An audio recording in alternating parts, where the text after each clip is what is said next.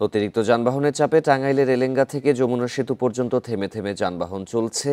এদিকে গাড়ির চাপ সামাল দিতে মধ্যরাত থেকে যমুনা সেতুর ঢাকাগামী লেন বন্ধ করে দিয়ে একযোগে 4 লেন দিয়ে উত্তরবঙ্গগামী যানবাহন পারাপার করছে সেতু কর্তৃপক্ষ। বাংলাদেশ সেতু কর্তৃপক্ষের সাইট অফিসের নির্বাহী প্রকৌশলী আহসানুল পাভেল জানান, রাতে সেতুর ওপর 3টি গাড়ি দুর্ঘটনার শিকার হয়। এছাড়া 2টি গাড়ি বিকল হয়ে পড়ে। এই ঈদে জামা জুতো অ্যাক্সেসরিজের ডিসকাউন্ট।